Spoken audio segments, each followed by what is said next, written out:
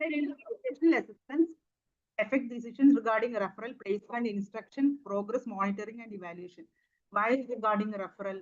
Whether the child needs speech therapy or behavior therapy or a CBT done or uh, language intervention done, what intervention is needed. That is for us doctors to refer to which specialist, whether the child should go to a special educator. For we need this data. How many these children, what educational assessment the child, educational help the child needs. For that also this data is. Then we'll see what the formal assessment. DSM 5 criteria, ICD 11. Okay, it's not 11 criteria. BCSLD, Diagnostics Test for Learned Disability by Smriti Swarup, and NIMHANS Index for Specific Learned Disability and IQ Test. These are the formal assessments usually we do for this disabled children to get diagnosed whether the child is learned disabled or not. This test and all, no, but Smriti Swarup is a very good test. Dr. Smriti Swarup developed this. She's from Maharashtra University, I think. You can buy the test from her, and they conduct workshops also for us to learn how to do this test. NIMHANS index also we can buy from NIMHANS, this specific learned disability index, so that we can categorize the child to which category the child belongs. IQ test, as I told you, to see whether the child belongs to this category or to the slow learner category. And vocabulary test can determine that vocabulary aptitude compared with children of same age. How much vocabulary the child has gained with regard to when it is learning disability. When the child has auditory processing problem, this vocabulary will be very poor. Okay. The phonological test evaluates the ability to isolate sound in words. For example, the first sound, the middle sound, and the last sound. The children will have difficulty in understanding the phoneme sound. Right? What is the alphabet and what's the sound? This alphabet, picture of the alphabet or what we draw, it is A. That will be in the right side of your brain, and the sound will be in the left side of your brain. Okay. So whether the child is able to connect between this A, what is written, and the sound when it is written K, whether the child is able to this by phonemic awareness, whether the child is able to pronounce K. Okay, the first sound, the middle sound, and the last sound. If the child has problem in these sounds, he'll have difficulty in spelling errors. Okay, decoding the test evaluates ability to quickly, accurately identify sounds and syllables involved in a word, then blend them together in order to pronounce a word. When you start, when you decode a word, we syllabify it. Learning disabled children will have very much difficulty in syllabifying the word. Okay, how we syllabify and learn the spelling. Well, I had to find out whether the child has a difficulty in that. Why we are doing each intervention, each evaluation means we have to know where to start the intervention. Okay, whether we have to start at the phonemic level or at the syllable level or at the morpheme level. Okay, for that, with this assessments are done to know where to start the intervention. Tests can be done on reading fluency, comprehension also is a very important thing while reading the child, whether the child is able to comprehend what is being read. The learning disabled children who have phonemic awareness and syllabification skills, they'll go on reading, but they won't understand anything what is being read. So we have to differentiate between whether the child has problem in only in reading alphabets or whether the child has difficulty in comprehending what is being read. Rapid naming test measures how quickly the child accurately a child can name letters, numbers, words, and colors. This is very important. Whether the child is able to identify colors, numbers, and all. A written language skills test assesses writing ability, capacity to form narratives, and ability to spell at the appropriate age level. All this test, age and wrong. Child is in kindergarten. Child may be able to make that. When the child meets a standard level, that's why 7 years now, child should be able to associate the alphabet and the sound, be able to position it on and verb. So identification, start identification of small verb by the age of 7. And when the child is 11 years of age, whether the child is able to read sentence, whether the child is able to read fluently, whether there is whether the child can retain the memory what is being read. So this test should be age appropriate, and the level of the expression of the child. Or that is important while doing this test. Not informal assessments we can do, and a child come to our clinic. These specific tests or this formal tests can get it done at a clinical psychologist or who we can aware or that we can send it to this informal assessment we can do in our clinic. As the child to write diagram or write work. If there are reversals, self-correction. Can you hear me? The firecrackers are going on so loudly that I can't hear what I am telling. Can you hear me? Please respond. Ma'am, sound is not clear. It has become weak. Yeah. Is it clear now? Yes. Because now the firecrackers are going on so loud, I can't hear what I am telling. So loud. See, informal assessments now we can do in our clinic. You ask the child to bring his exam papers or even like a classwork book which the child has been writing for last 6 months and see whether in the writing you can see reversals. Addition means addition of alphabet. Or I'll show you the examples. Okay, reversals means the P instead of P the child is writing Q, and instead of M the child is writing W. Additions means they are adding one more alphabet, which is not needed. Omission means the child omits the alphabet, one or two of the alphabets, or even words, okay, which that is needed. Substitution also, they substitute another word or another alphabet or which is really needed. Inversion means in the display, okay, and the reversal means in the display. Okay, both transposition also whether all the alphabets are correct, all the alphabets are needed, but the alphabets will be put in another side and not in the proper place. And self correction means the child will go on rub and write or the with the pen or pencil they'll correct it and write again. Overwriting, okay, that's self correction. Poor formation, whether the alphabets or numbers are not formed properly. Spatial arrangements means the alphabets will be in relation to other alphabets in the page, whether it's put properly, whether it is in the line, whether it's going down or it is going up and all that.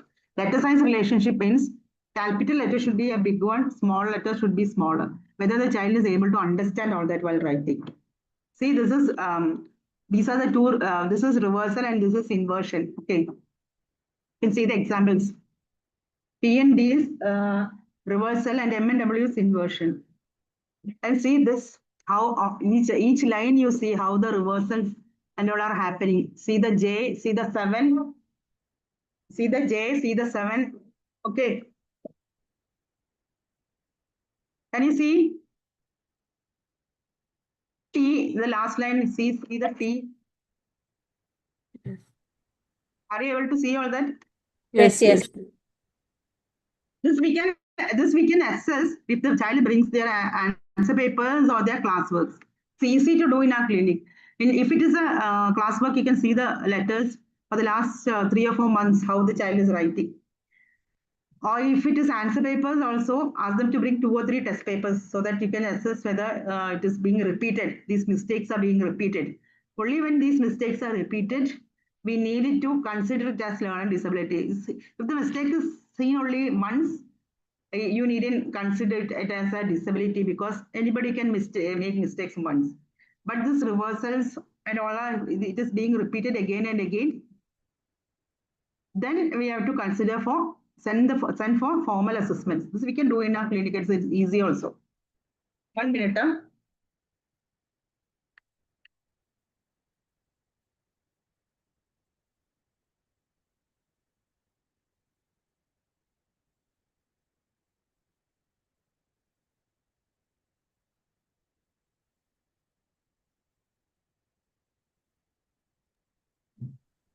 Not able to hear. Is it okay now? I thought the Now, headphone. Is it okay now? yeah, now it's okay, ma'am. So this is easy to assess. We can do an informal assessment in our clinic itself. And see again how the child has written.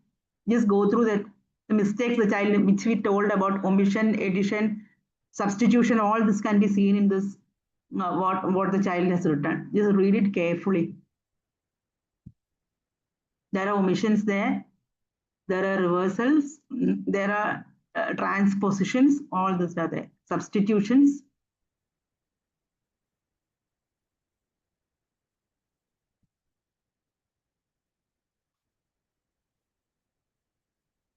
Is it clear? Yes, ma'am. Can you see the this is how the child, learning disabled child will write. Again, you can see all this. It's very clear. See the pledge. You see, there's a substitution and there is an omission. Solve, there is a substitution, omission. Refuse also there is substitution.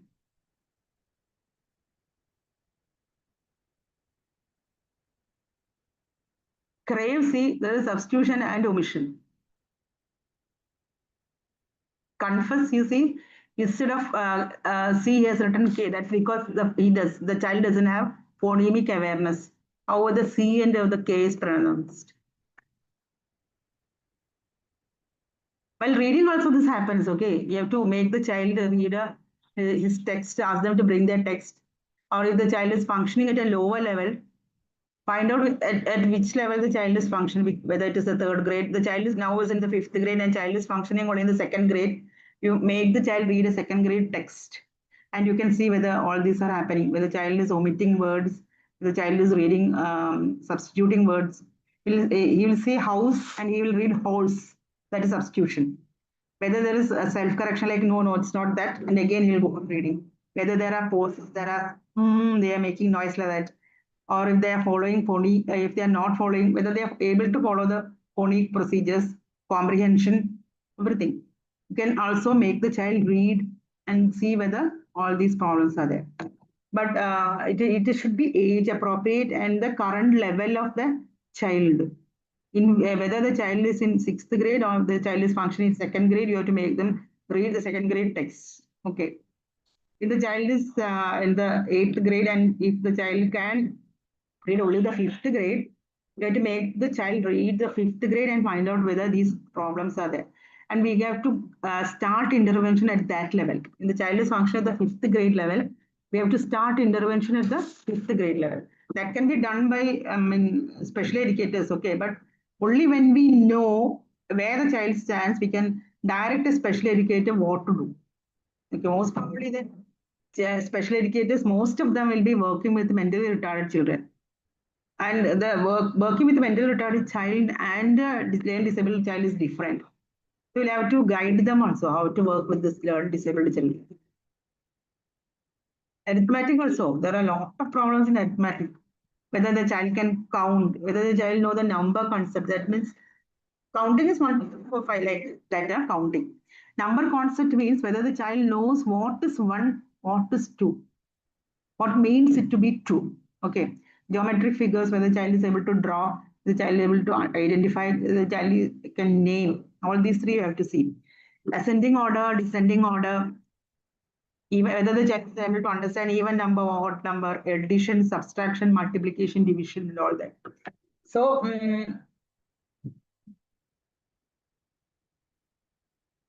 see, we can make them do it in our clinic. It will be according to the grade level. Because when the child reaches fourth standard, third standard only, they'll start multiplication, division, and all. The child is first grade child, you have to see whether the child can count up to 20, the child is able to do simple additions up to 20, simple subtractions up to 20, like that.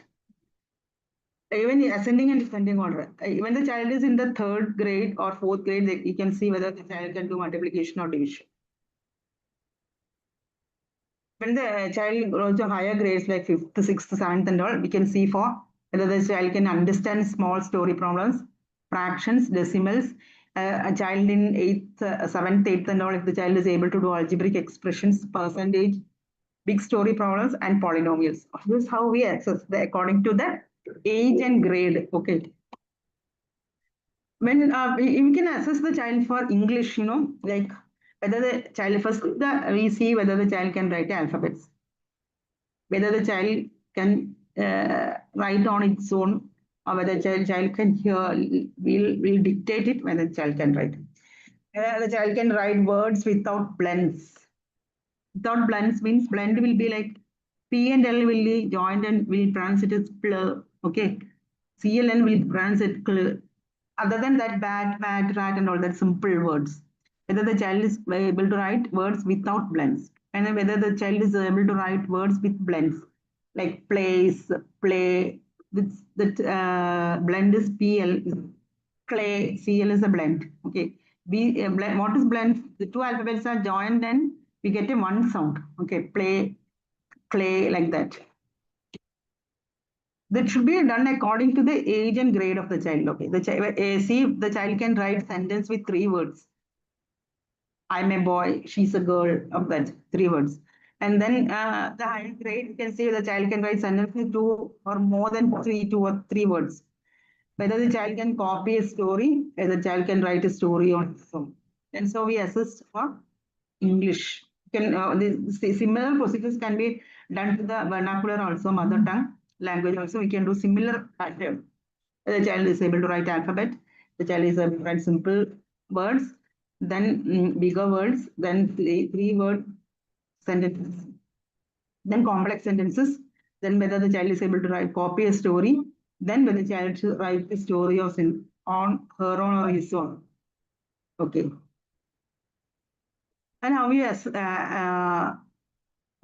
sorry, okay, max we didn't complete. In between the other one came in whether the ascending order is 1 to 25, descending order 25 to 1, odd numbers 1 to 20, even numbers 1 to 20, concept of addition, single digit addition, place values awareness, 2-digit addition. That will it will be done in progression according to the age and grade of the child. Even the first thing we have to do in mathematics is whether the child, the slides got jumbled. Okay, this is the first slide about assessment of mathematics.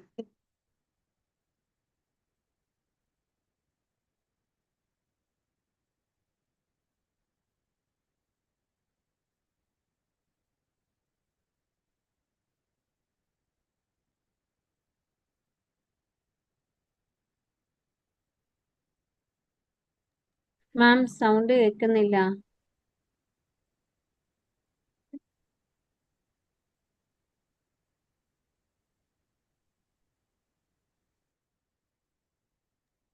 Ma'am, you are muted.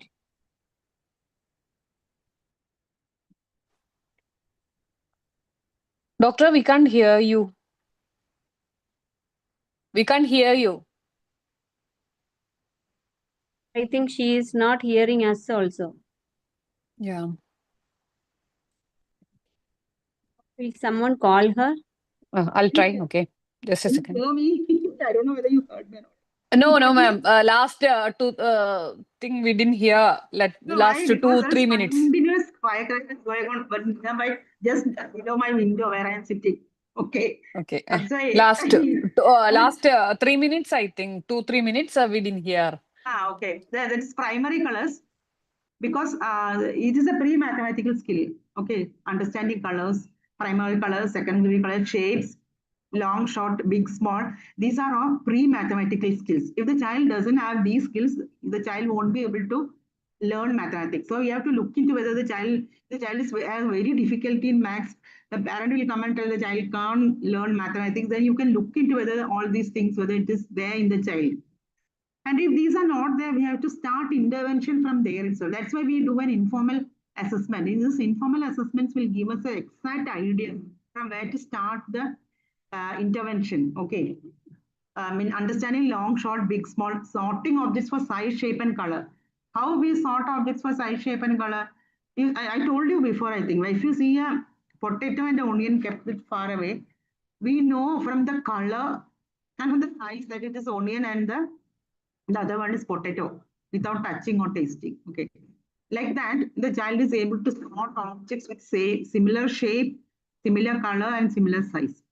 Counting objects 1 to 9, identifying numbers, writing numbers 1 to 9, empty set. Empty set is whether the child knows it is 0. Word problems, concept of subtraction, 1-digit subtraction, 2-digit. This is a progression of how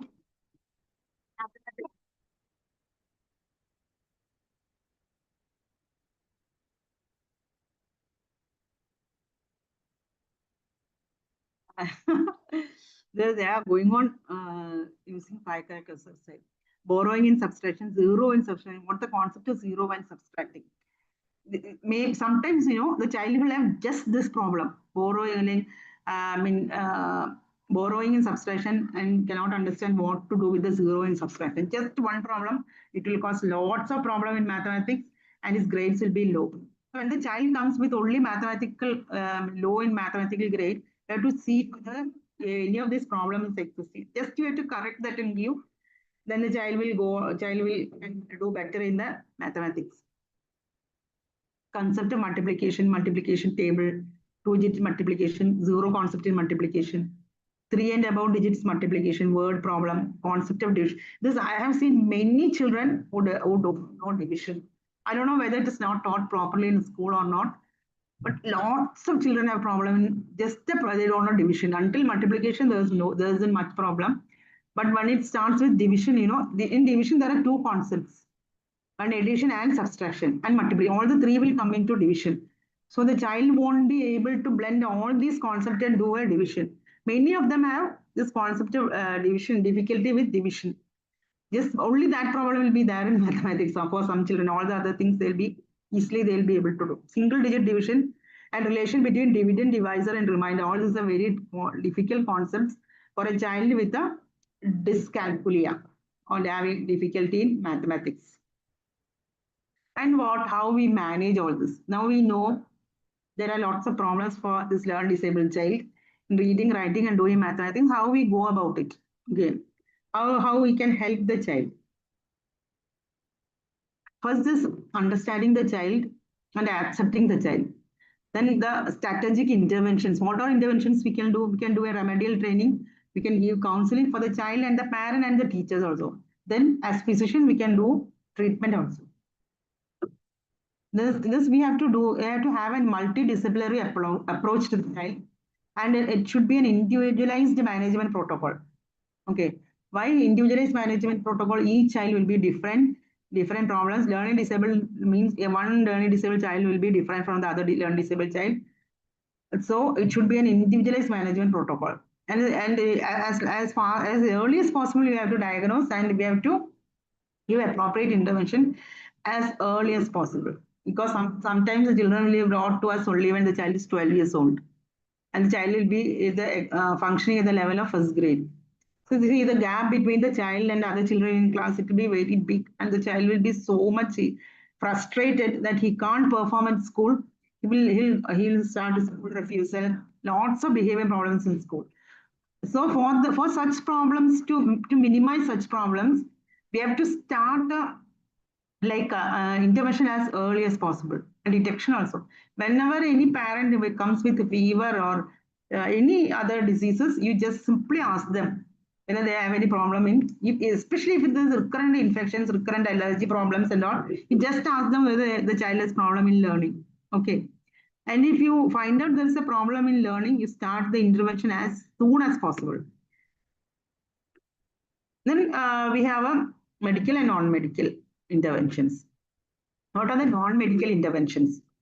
Like we can let psychologists, we can send the child for a psychologist if he has many behavior problems to correct his, to do behavior modification, cognitive behavior therapy and all. Speech and language therapy can be done because when the child has lots of problem in pronunciations, mispronouncing, spelling errors and all that, they can go to a speech therapist for language therapy. Then occupational therapy, when there is lots of problem in attention and the child is very much disturbed in class, occupational therapy really helps. And also yoga. Yoga helps this, lots of yoga postures help in improving concentration and learning. Okay. Remedial training is the we have to surely do a remedial training for a child with learning disability. Counseling also is needed for the parent, for teachers, and group therapy also will help for the children. Children with similar problems coming together and can give them a group therapy, and also for parents, it will help a lot when there is a group therapy for parents. When the parent know there are many other parents with similar problems, and when they discuss the problem, and in group therapy, when discuss the problems, one parent and the other parent, when they discuss the problem, they will know how to manage the child also. And this is very effective, that group training for group therapy for children and for parents. Very, very effective. Any of you have tried that in your clinic, group therapy? If you have enough space Yes, in your, ma'am. yeah, it's very effective. Yes. First, you have to have accept the child, whatever problem the child comes, yeah, accept the child, have a positive regard. See, I have seen many children.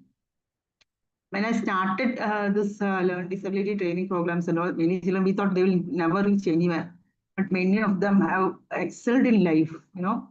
So we always give a positive regard. This the positive regard will help them to overcome their problems. We have to be firm with them also. We have to be very firm, because if you are not firm, they won't listen to what we are telling them. Right? We have to talk very clearly to these learning disabled children, because they will have problem in auditory processing. They won't understand what we are telling them properly. So we have to talk with clarity to the children and ask them to repeat what we want. Tell us what they have understood. Clear is a give responsibilities. This responsibility is very, very, very important, especially in children with any this developmental problem or any learning problem, any emotional problem, any behavior problem. Give them responsibilities to do. Okay, at home, at school, teachers can do a great help to children when they give responsibility to do at school and in classrooms also. So that they know to take responsibility in learning also. Okay, they're taking responsibility in other things than learning. Slowly, it will get converted to learning also. They have to have a input from their part also for this correction of learning disability and all. Okay, from the part of the child also, we have to need help to help the child to overcome. So if the child is given able to take responsibility in other things at work, at home, at school and all, slowly the child will start taking responsibilities in learning problems also, how to overcome it. That's very important. And for correction of behavior, a lot of behavior problems can be corrected when the child starts taking responsibilities. Small responsibilities at home, like closing the window in the evening, when keeping his table correctly, washing his dishes after having food, and helping the child, helping to wash the clothes. All these responsibilities can give to the child at an early age, very early age. It makes lots of difference in his behavior. Any child, okay. If the child is not disabled, also we make them take responsibility at home and school to help them to build up a good personality. And give the child a winning experience, okay. Mostly these learning disabled children will have problem. 1 minute, excuse me. This firecrackers, the smell is coming inside, you know, there's dust, and that's why I get sneezy. Okay, winning is we give them the winning experience. Mostly this learning disabled will be, child will be failing in exams at school, and they will have very, their self-esteem will be very low, and we give them winning experience, they will boost their self-esteem. Okay, and they will help, it will help them to break their shell and come out of it and overcome their learning problems. Keep only realistic expectations, like many children, when they go for a entrance coaching program, especially in Kerala, it's very tough. And when they reach there, the child will have lots of problems when they go in for a strict training in coaching program for entrance exams. Many of the children collapse there. Many children come for counseling, for intervention. So, parent has to be a model for the child, even doctor also, even a teacher should be a model for the child, especially when they have problems. Okay, listen to the child.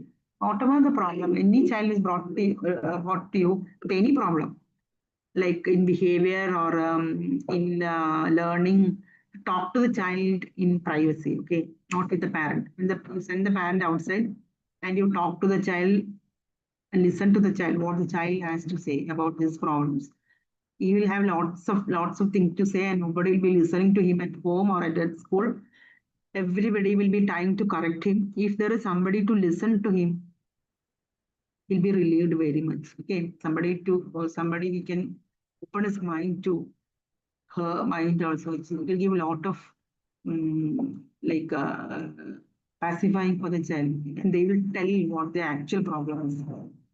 Most of the children will understand when they're intelligent, they'll understand what their problem is, but nobody would have asked them what is their problem. So you listen to the child, talk to the child privately, to any child with such problems, you talk to the child privately, and you build a bond between the child and the physician, so that the child will understand there's somebody to understand him. That will give a lot of confidence to the child.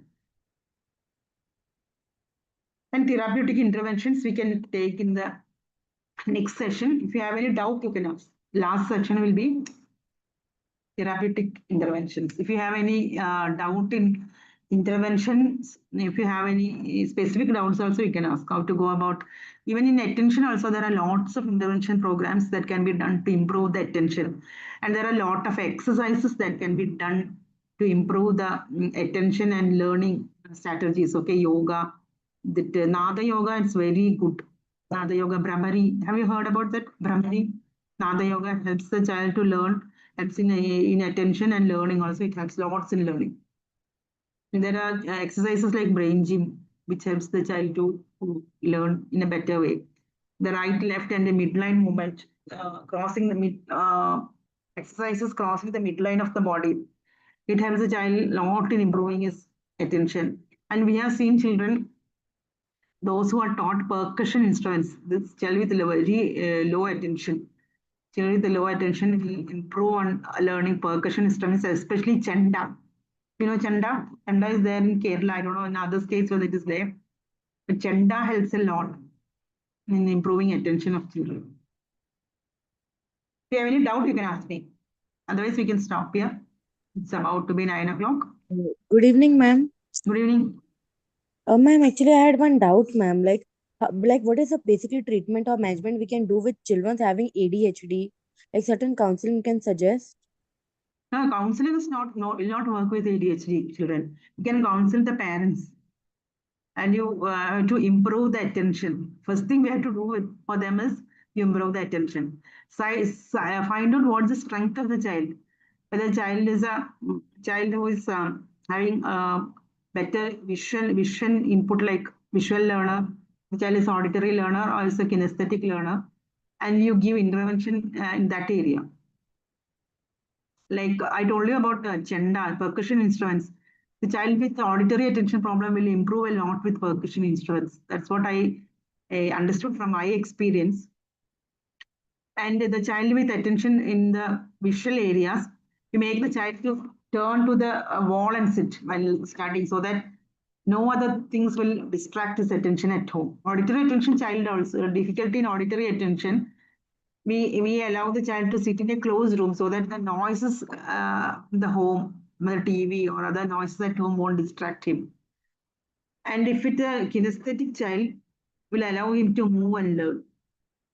Most children with ADHD will have difficulty in sitting quietly in a place and learn.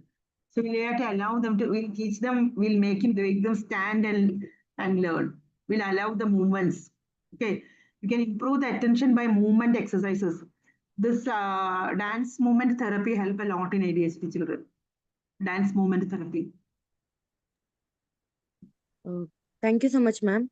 Ma'am, one more doubt, ma'am. Like how to deal with children who are having like aggressive issues, like anger issues. They get very much violent. Yeah, that we have to start with that. I think first we have to start a medical intervention, because all that emotional problems will be better with medications. Then there is anger management programs, behavior management programs, like winning experience and all that, no, that will give a long way in. So anger will be coming out of a deep pain, deep sadness within. That will come out as anger. So we have to find out, we have to talk to the child and find out what his real pain is inside him. If we know there is somebody to understand him, that itself will solve his problems, many of the problems. Somebody is around him to understand. So we can give medications for anger. Then anger management programs are there. The psychologist can help in that. And also there's an ABC rule. Have you heard? Antecedent behavior. What all antecedents make the child angry? Find it out and ask the parent, the school authorities whether they can cut down on that. And what will happen after that? When the child is showing anger, when child is anger very in throwing things at home and breaking things and all that, what will happen after that? How the people around him, parents or teachers or others will behave towards him when he expresses his anger. That also we can modify. Okay. When you can modify in the antecedents and the behavior, it's not easy to modify. Okay. So first we can intervene in the antecedents. What leads to this anger? We can change that. And what will the resultant of after the anger? Okay, what happens after the child expresses anger? There also we can, there it is easier to intervene there. Because we can tell the parent and the school authorities how to behave to the child after he shows anger. First is ignore the child. That's the best thing to do. When he shows anger, you ignore him. And the second thing is, we won't, when he is showing anger, we won't say anything. Let him show his anger. Give permission to show his anger. When he's finished with his anger, when he's calmed down, we'll talk to him. See, what was the reason for you to show that anger? Why you showed that anger? What will happen if the anger you go on showing this anger? What will be the result and how will others behave towards you? That we can create awareness in the child. This is easy when a child is intelligent. When the child is a slow learner and mild mental retardation, the intervention will be more difficult. And the medicine is the first choice, I think, in emotional problems. That's what I feel. Yes, you are right, madam. Thank you so much, ma'am. Thank you for asking also. There is a question from in the question box. Second grade children should be informally diagnosed with the second grade syllabus. Is it a proper way, or they should be diagnosed with the first grade syllabus? No, if the child is performing, ask the parent what is his performance level. Whether he can understand what is being taught in class and all that. If the child can catch, but he has problems in getting grades, then we can assess at the second grade level. And if not, we can go to lower level if the child is performing is very poor. Even we can go to the kindergarten level also too. Once we first see the child, we give an assessment for trial. This can be carried out in trial and error method only. In which level the child is performing. If the child can perform in the second grade level, you can start intervention there only. Then if the child can never perform in the second grade level, go to the first grade level. If the child can't understand the first grade level, go to the lower level like upper KG, lower KG. And if the child can't perform in even any of these levels, we'll go and assess the pre-reading, pre-writing skills, pre-mathematical skills. That's the child that is ready to study skills. It has been standardized by NIMHANS, and you can go there and find out which of the pre-reading, pre-writing skill child doesn't have, and we can do intervention for that. That's how we go about it. By trial and error method only, you can exactly find out, because sometimes parent won't be knowing what is the level of child's performance. Teacher can say, but parents may not know sometimes. They'll think the child is performing properly. The school is not giving mark properly, no, then parents will tell. We can find out by trial and error only. Okay, ma'am. When we are going by an informal method, okay. When we are going by an informal method, the trial and error will help. Okay. Thank you, ma'am. There is one more question. Is dyslexia and reading disabilities are same? Yeah, almost, because it's used as synonyms only, reading difficulty and dyslexia. Okay. And dyscalculia and mathematics disorders are Yeah, same. same, yeah. Okay, then Dysgraphia and writing problems. Dysgraphia and writing problems. And one more question is there about learning and teaching of autistic children. Some tips they require any tips regarding learning and teaching of autistic children. Yeah, that we can't give a general opinion because each autistic child will be different in performance. And whatever intervention we give, the child may not respond. I had a child from Ernakulam. That child, we used to give a lot of interventions. Mother also, she was a very good mother, and the school also, they also used to help. Then one day the child reached third standard. He just started writing sentence. Until then, he didn't even write a word or even an alphabet. When he reached third standard, suddenly started writing a sentence. In autistic children, we have to try with a trial and error only, because some children will never respond to anything what you say. You cannot teach some autistic children, you can never teach at all. Not even one word they'll read or write. There are many type of autistic, high performing autistic children. They have reached high grades. They have taken their degrees. All are there. So when it is an autistic child, we have to pinpoint where the child is performing. Only then we can give an intervention. It's very difficult also. Okay, ma'am, thank you. There is one more question. Yeah. Learning can be modified by reinforcement. Is it possible to modify learning disability through reinforcement? Reinforcement also helps. Like I should say, we have to pinpoint and find out where the child is performing. If the child has mild learning disability, mild problems, we can help them by reinforcing. But if there's severe learning problem, this reinforcement not really is not just can't help. You have to do more interventions.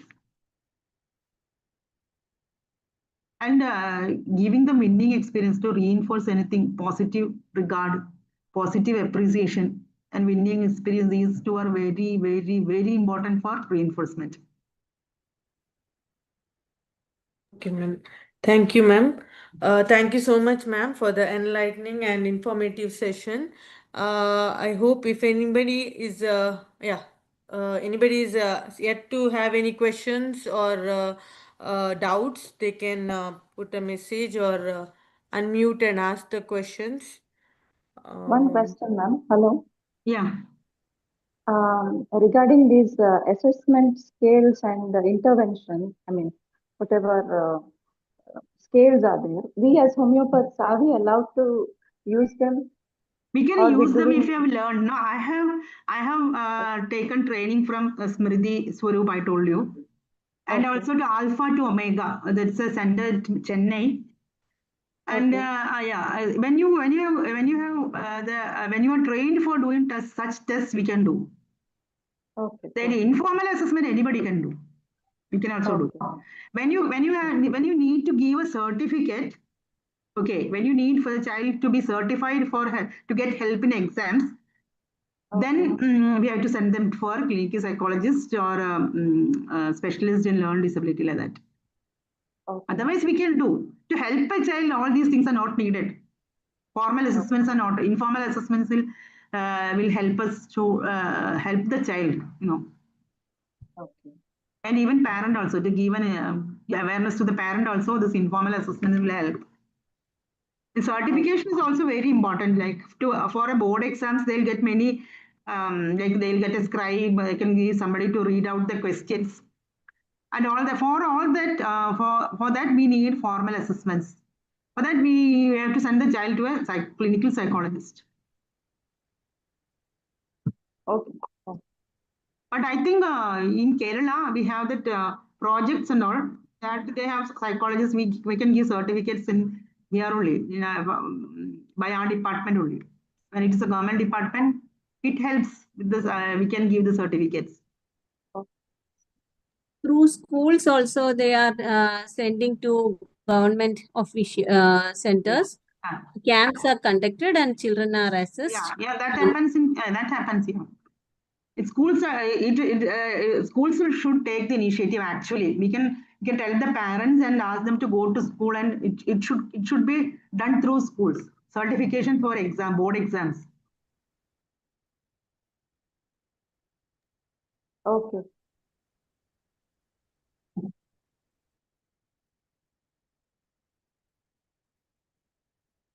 There are no more doubts. We can. There is one more, like the Okay. Nimax tool Yeah. is not possible for all the language. There is a doubt, like usually Yeah, learning yeah. Yeah, learn disabled children, if one language will be easier for the child. And for board exams and all, we can ask for exceptions. And NIOS, if their child is doing very much difficult, they can take NIOS exams. And in that, there's only one language. And they conduct exam every 6 months. Once a child complete 14 years, you can register with the NIOS and write one subject in 6 months. Like that, we can do. So by 2.5 years, they can complete them. By all the exams, they can complete and they can get the certificate. And they can join for +1, +2 anywhere when they have a certificate, NIOS certificate. Ma'am, can we run an NIOS center? Yeah, if Any you have that much facility, they have specifications for that NIOS, no? You have to get in touch with NIOS, and we have to, if we satisfy their needs, we can do, and we can start a NIOS center. They will have specifications, but we had a center in Kerala and Ernakulam. I don't know whether it's still functioning.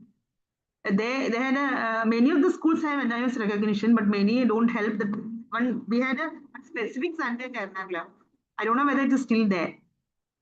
Which takes only children who are school dropouts.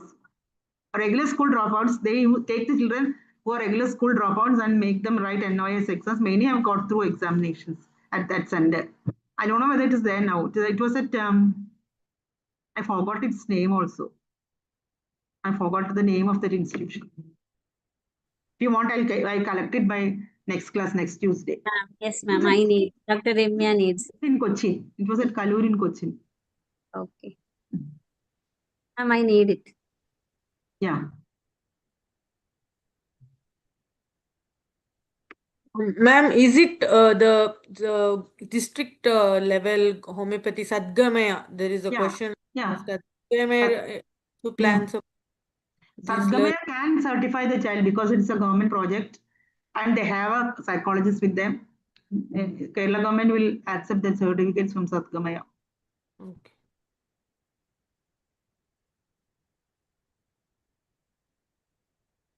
Thank you, ma'am. I think there are no more doubts. Okay.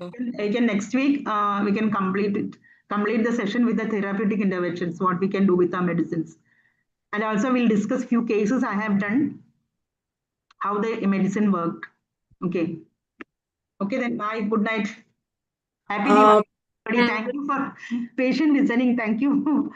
Yeah. Ma'am, thank you for all of you for active participation. Now I invite Dr. Alfreda Lavina Pinto, practicing homeopath at Wellcare Homeopathy Clinic, Kuntikana, Mangalore, and a joint secretary of IHMA Mangalore chapter to deliver the vote of thanks. Gratitude is the parent of all other virtues. Warm and pleasant evening to everyone. On behalf of IHMA National Women's Wing, it is my genuine honor to extend a heartfelt vote of thanks as we conclude this enriching session. We start by thanking the Almighty for guiding us to such a successful event. Our profound gratitude goes to our esteemed speaker, Dr. Anupa Rani ma'am, for her insightful and deeply inspiring presentation. We learned in detail about learning disorders with regards to assessment of learning disorders and general management. Your valuable input truly resonated with us all, ma'am. Thank you so much. We also thank our dedicated leadership, Dr. Halloween Coelho, Chairperson, and Dr. Jagati, Convener, for their constant encouragement and ensuring the smooth conduct of the webinar.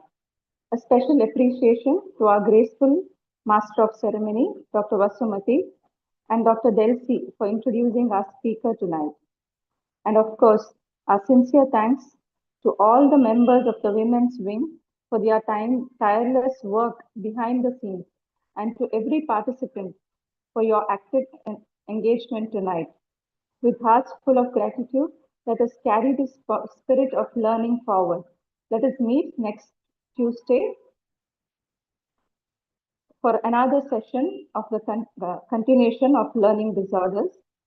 Thank you once again. Thank you one and all. Have a wonderful evening. Happy Diwali to you all. Good night.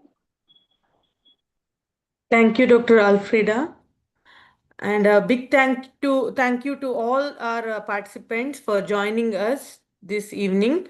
Please join us again on 28th October for the next session on treatment and homeopathic intervention in learning disability. Till then, stay safe, stay inspired, and have a great evening ahead. Thank you and good night to all.